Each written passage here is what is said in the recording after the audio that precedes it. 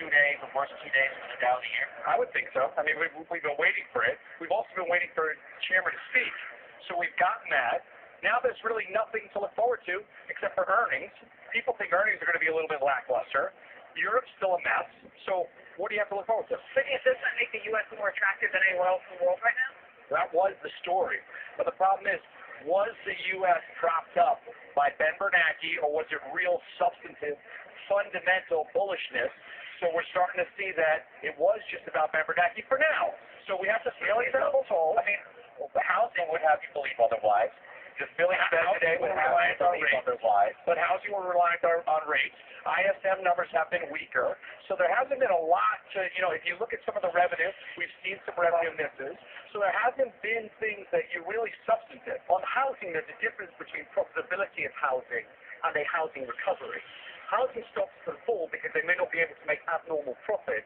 It doesn't mean to say that the housing recovery is not in place. It's still a supply-demand issue, to your point, and I think that still works to the bullishness. But the problem is with stocks factor in 6 months lead time.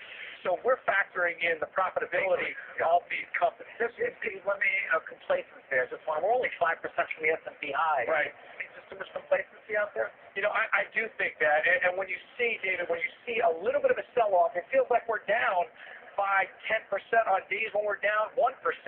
So people have been waiting for this for so long. They do get a little antsy on the sell side, and they think it's going their way. Do you want to talk about the levels? Bank of America says you've got this matrix of support here, 1615 to 1597, which is above that. The bottom. Well, we're talking about 1598 is the recent lows, so we have to see if those hold. Right. Then below that's the 100-day 1576 in the S&P cash. And if we break that? If we break that, it gets sloppy. But you know what? Today is sort of a sloppy action day. We have to hold 1600 law of round numbers. I was going to say, if you don't fall down 219, sloppy. Yeah, it's a couple of days back to back, but it really is a test to see if that 1600 level will hold. And if it doesn't, you have to look at hedge funds. 90% of them are trailing the index. This could be their shot. Just like he dips and send it higher. It could be, unless they're short, and it could be their shot to really catch up and make some alpha, create some alpha for themselves on a day like today that could turn into a week. Because I'm telling you right now, we're looking towards earnings as the next catalyst. Okay. All right. Good to see you. Thank you.